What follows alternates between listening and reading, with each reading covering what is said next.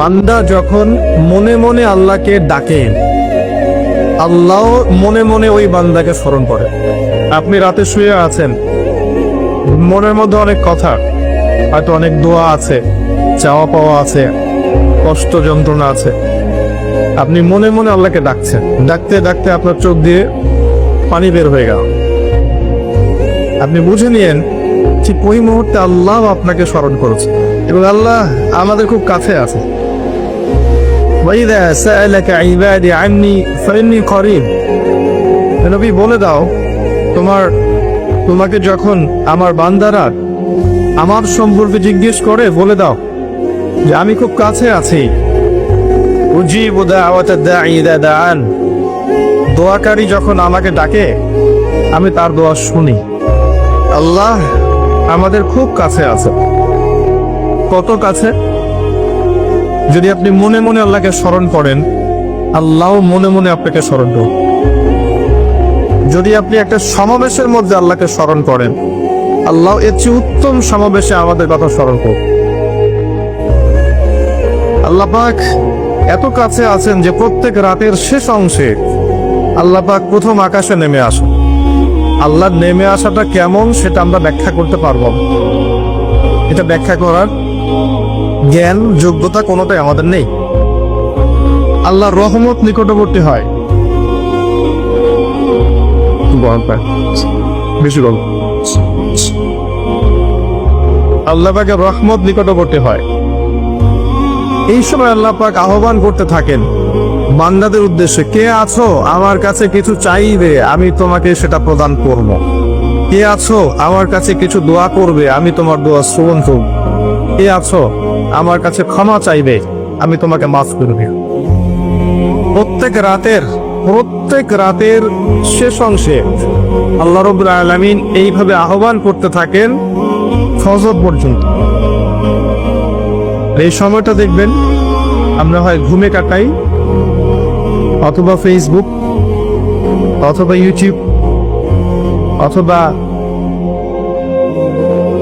ক্যাসিনোর মধ্যে, কেউ জুয়াখানায়, কেউ পতিতালয়ে, কেউ আল্লাহ বিরোধী পরিকল্পনা করতে ব্যস্ত থাকে। কিন্তু আল্লাহ পাক প্রত্যেক রাতে তার বান্দাদের উদ্দেশ্যে এই আহ্বানটা করে থাকে। আল্লাহ পাক এত কাছে।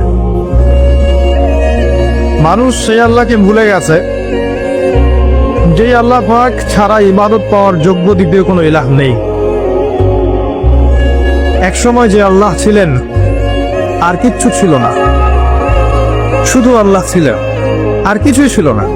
এই মহাবিশ্বের কিচ্ছু ছিল না। এক সময় শুধু আল্লাহ থাকবেন, এই মহাবিশ্বের কিচ্ছু থাকবে না।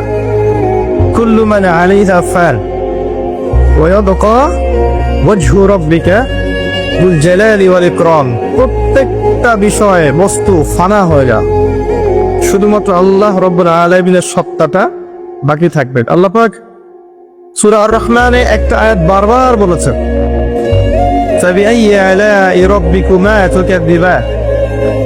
তোমরা দুই জাতি, জিন আর মানুষ, তোমরা আল্লাহর কোন কোন নিয়ামতকে অস্বীকার করবে? কেন জিন আর মানুষকে বলা হচ্ছে? কারণ সূরা জারিয়াতের 56 নম্বর আয়াত আল্লাহ পাক বলেছেন, ওয়ামা খালাকতুল জিন্না ওয়াল ইনসা ইল্লা লিয়াবুদুন। আমি জিন আর মানুষকে শুধুমাত্র আমার ইবাদত করার জন্য সৃষ্টি করেছি। এই কারণে জিন আর মানুষকে উদ্দেশ্য করে আল্লাহ পাক সূরা আর-রহমানে বারবার বলছেন, তোমরা আমার কোন কোন নিয়ামতকে অস্বীকার করবে। আল্লাহ রাব্বুল আলামিন এই সূরার মধ্যে বলেছেন যে আল্লাহ পাক তার সৃষ্টির এই যে কাজ, এতে ব্যস্ত থাকেন, প্রত্যেকটা মুহূর্ত তিনি ব্যস্ত থাকেন। তবে সানাফরুগু লাকুম আইয়ুহাস সাকালান, শীঘ্রই তোমাদের দুই জাতির জন্য আমি ফারেক হচ্ছি, দাঁড়াও। তোমাদের বোঝাপড়ার জন্য শীঘ্রই আমি ফারেক হচ্ছি, থামো। সানাফরুগু লাকুম আইয়ুহাস সাকালান।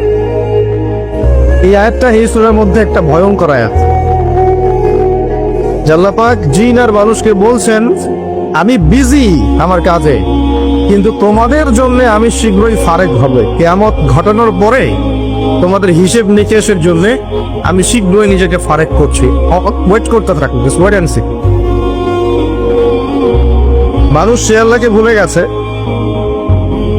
যে আল্লাহ রাব্বুল আলামিন এখন জানেন যে আপনি কতদিন বাঁচবেন, জীবনে কি করবেন, কোন দিন আপনি কোন কোন বেলায় কি কি খাবার খাবেন, কোথায় কোথায় আপনি কি কি পাপ করবেন এবং কোথায় কোথায় আপনি কি কি পুণ্য করবেন। আল্লাহ পাক এখনই জানেন। আল্লাহ পাক জানেন আমাদের মধ্যে এখানে বসে থাকা প্রত্যেকটা মানুষ কে কোথায় কিভাবে মারা যাবে, কার জীবনে কি আছে, কার পরকালে কি আছে। আমাদের এখানকার মানুষদের মধ্যে কে কবরের প্রশ্নের উত্তর দিতে পারবে, কে পারবে না, আল্লাহ এখনই জানেন। আল্লাহ পাক এখনই জানেন, এই মুহূর্তেই জানেন যে আমাদের মধ্যে কয়জন মানুষ এখানকার মধ্যে জান্নাতে যাবে। আর জান্নাতে যাওয়ার কোটি কোটি বছর পরে ওই বান্দারা কি কি নিয়ামত ভোগ করবে, আল্লাহ পাক এখনই রাইট নাও সেটা জানেন।